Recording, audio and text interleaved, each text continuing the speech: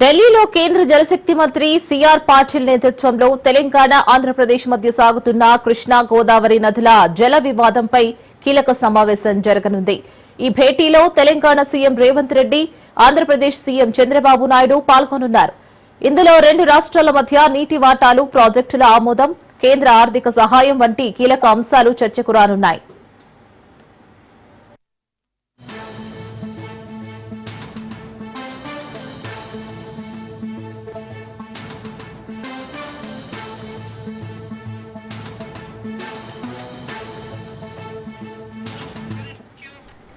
దీనికి సంబంధించి పూర్తి డీటెయిల్స్ మా ప్రతినిధి రాజు అందిస్తారు. రాజు, కాసేపట్లో ఢిల్లీకి సీఎం రేవంత్ వెళ్లనున్నారు. మరి బనకచెర్లపై కూడా చర్చించాలని కూడా ఏపీ ఎజెండాగా తెలుస్తుంది. సో దీనిపైన మరిన్ని అప్డేట్స్.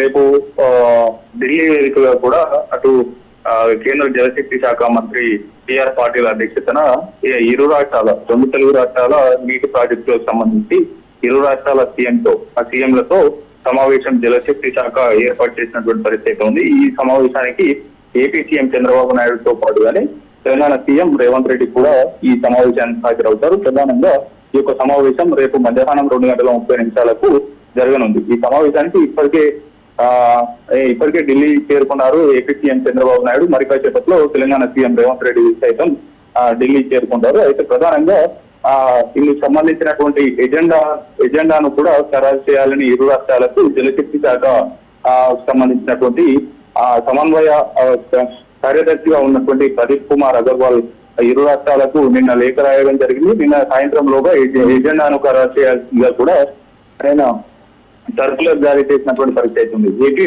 ప్రభుత్వం కేవలం ఏకైక ఎజెండా బనకచెర్ల ప్రాజెక్టు సంబంధించి కూడా చర్చించేందుకు ఎజెండాగా పంపింది. అయితే తెలంగాణ రాష్ట్ర ప్రభుత్వం మాత్రం కృష్ణా నది, గోదావరి నది జలాల్లో తెలంగాణకు రావాల్సినటువంటి న్యాయమైన వాటాతో పాటుగానే రెండు నదుల పైన తెలంగాణ రాష్ట్ర ప్రభుత్వం గతంలో ప్రారంభించినటువంటి ప్రాజెక్టులు, వాటితో పాటుగానే ఆ ప్రాజెక్టులకు నీటి కేటాయింపులు, ఆ ప్రాజెక్టులు పూర్తి చేసేందుకు కేంద్ర ప్రభుత్వ ఆర్థిక సహకారాన్ని కోరుతూ కూడా ఈ అన్ని అంశాలను కూడా ప్రస్తావించినటువంటి పరిస్థితి ఉంది. ప్రధానంగా అటు కృష్ణా బేసిన్ లో తెలంగాణకు గతంలో జరిగినటువంటి నీటి పంపకాల వాటాకు 299 టీఎంసీలు కాగా ఆంధ్రప్రదేశ్ కు 512 టీఎంసీలను కేటాయించింది.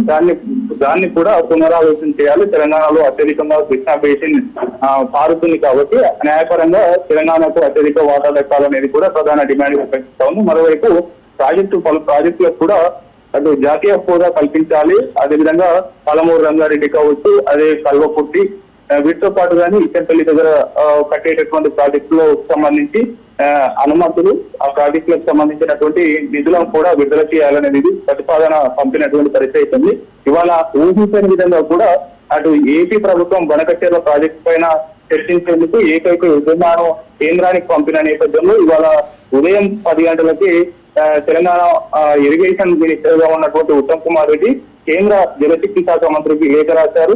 బనకచెర్ల ప్రాజెక్టుకు అటు పర్యావరణ అనుమతులు లేవు, వాటితో పాటు కానీ డిఆర్ఎండి గోదావరి బేసిన్కు సంబంధించినటువంటి మేనేజ్మెంట్ బోర్డు ఇప్పటికీ వాటికి అనుమతులు ఇవ్వలేదు. మరోవైపు పర్యావరణ అనుమతులు రాలేదు, ఆ యొక్క సిడబ్ల్యూసి అనుమతులు కూడా రాలేదు.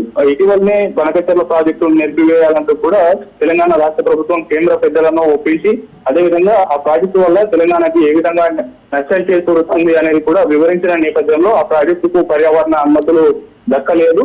అయితే ఈ నేపథ్యంలో ఆ ప్రాజెక్టుకు కేంద్ర ప్రభుత్వ ఆధీనంలో ఉండేటటువంటి సంస్థలే నిరాకరించిన నేపథ్యంలో ఆ బనకచెర్ల ప్రాజెక్టు పైన తాము చర్చించబోమంటూ కూడా కరాఖండిగా చెప్పినటువంటి పరిస్థితి అయితే ఉంది. అయితే ఓవరాల్ గా ఒక రకంగా చెప్పాలంటే ఏపీ ప్రభుత్వానికి తెలంగాణ సాగిచ్చిందని చెప్పుకోవాలి. ఈ బనకచెర్ల పైన మేము చర్చించేందుకు సత్యమీర తెలిపినటువంటి పరిస్థితి అయితే కనిపిస్తా ఉంది. తాజాగా ఇవాళ ఉదయం ఇరిగేషన్ మినిస్టర్ ఉత్తమ్ కుమార్ రెడ్డి రాసినటువంటి లేఖలో ప్రధానంగా అటు బనకచెర్ల ప్రాజెక్టు పైన ఏపీ ప్రతిపాదనలు ఏవైతే ఉన్నాయో సింగిల్ ఎజెండాగా ఇచ్చినటువంటి ప్రతిపాదనలు వాటికి మేము సుముఖంగానేమో తెలంగాణ రాష్ట్ర ప్రభుత్వం ప్రధానంగా డిఆర్ఎండి కావచ్చు, సిడబ్ల్యూసి, ఈఏసి అనేక సంస్థలు కూడా బనకచెర్ల ప్రాజెక్టుకు తీవ్ర అభ్యంతరాలు తెలిపిన నేపథ్యంలో తాము ఈ యొక్క ప్రాజెక్టు పైన చర్చించేందుకు మేము సిద్ధంగా లేము. ఆ ఆ ప్రాజెక్టు పైన చర్చ అనవసరము, అప్రస్తుతం అనేటటువంటి కామెంట్స్ కూడా ఈ యొక్క లేఖలో ప్రధానంగా పేర్కొన్నటువంటి పరిస్థితి ఉంది. గోదావరి బనకచెర్ల లింక్ ప్రాజెక్టు పైన చర్చించేందుకు తెలంగాణ ప్రభుత్వం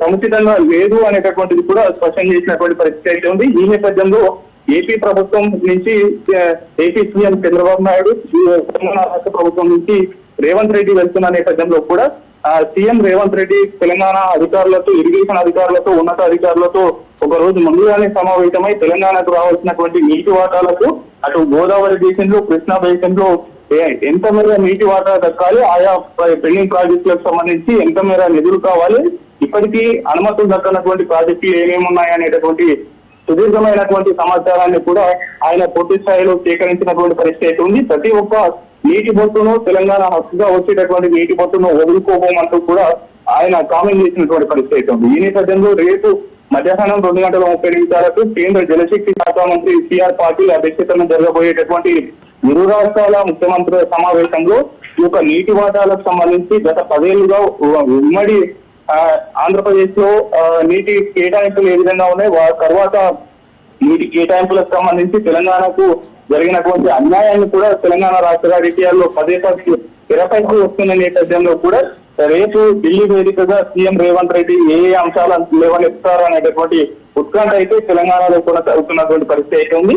ఇతర ప్రధానంగా తెలంగాణ రాష్ట్ర ప్రభుత్వం మరో కీలకమైనటువంటి అంశాలను కూడా ఈ ఎజెండాలో చేసినటువంటి పరిస్థితి అయితే ఉంది. ఇప్పటికే కృష్ణా బేసిన్ లో పెండింగ్ లో ఉన్నటువంటి ప్రాజెక్టుల అనుమతులకు నీటి కేటాయింపులతో పాటుగానే గతంలో కేంద్రం ఇచ్చినటువంటి హామీ ప్రకారం పాలమూరు రంగారెడ్డి డిండి ప్రాజెక్టు జాతీయ హోదా, జాతీయ ప్రాజెక్టుగా గుర్తించాలి. మరోవైపు తుమ్మిడిహెట్టి వద్ద నిర్మించి తలపెట్టినటువంటి ప్రాణహిత చేవెళ్ల ప్రాజెక్టుకు 80 TMCల నీటి కేటాయింపులతో పాటుగానే మరోవైపు నిధులను కూడా సహాయం చేయాలనేటటువంటిది కూడా కోరినటువంటి పరిస్థితి ఉంది. మరోవైపు ఇచ్చంపల్లి వద్ద 200 TMCలతో వరద జలాల వినియోగానికి కొత్త ప్రాజెక్టు అంకురార్పణ చేయబోతా ఉన్నాం. దానికి కూడా ఈ యొక్క కేంద్ర ప్రభుత్వం సహాయ సహకారాలు ఉండాలనేది కూడా ఎజెండాలో చేసినటువంటి పరిస్థితి అయితే ఉంది. కొంత ఇరు రాష్ట్రాల మధ్య కూడా కొంత చర్చ జరుగుతూ ఉంది. అటు పరోక్షంగా కామెంట్స్ చేసుకుంటా ఉన్నారు ఇరు రాష్ట్రాల సీఎంలు.